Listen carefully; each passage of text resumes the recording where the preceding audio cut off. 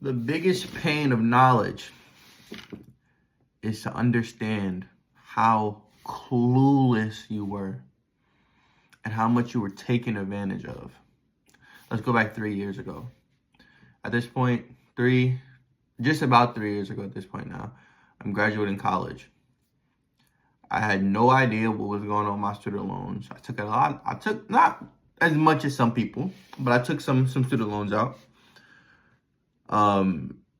Got an internship right after school, which led to a full-time job. What do you do naturally after you graduate college? Get a full-time job? You buy a car.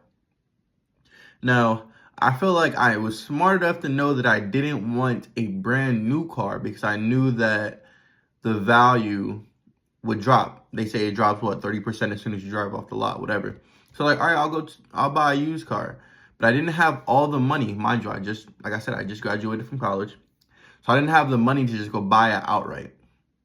So I went to where my older sister got her car. Because I'm like, you know what? She got a car there. It's working out pretty okay. I'll do the same thing. And I know all this knowledge now, so I'm going to say it as if I know it. But at the time, I didn't know it. So I went to a used car dealership. First of all, that should have been the red flag. Always just buy your car outright. If you can't afford it, save up, grind until you can. You do not want a crazy interest rate, and you do not want a monthly payment if you don't need one. But back to the story.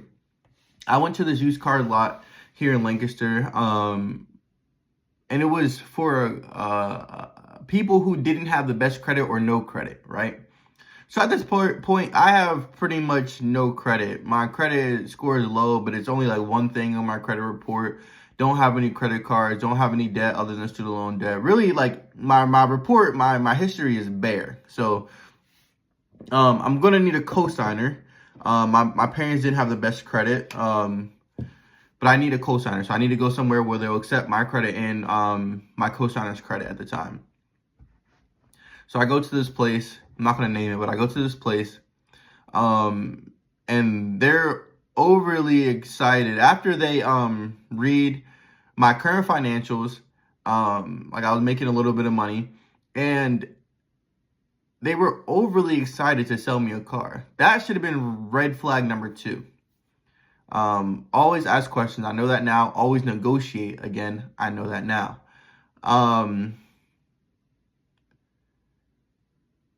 That being said, I didn't do either of those things.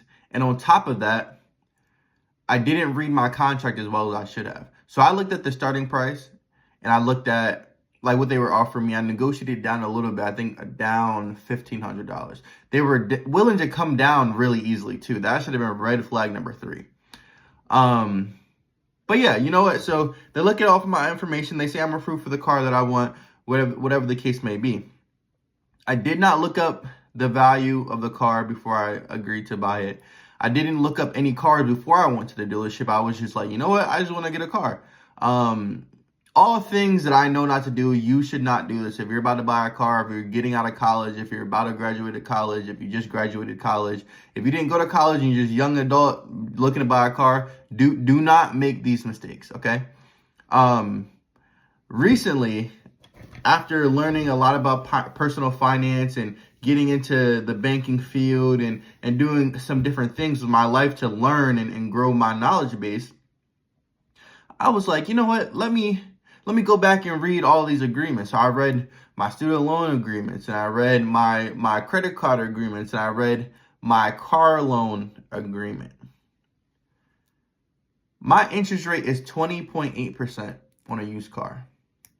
On top of that, by the time I'm done paying for this car, I would have paid about $21,000.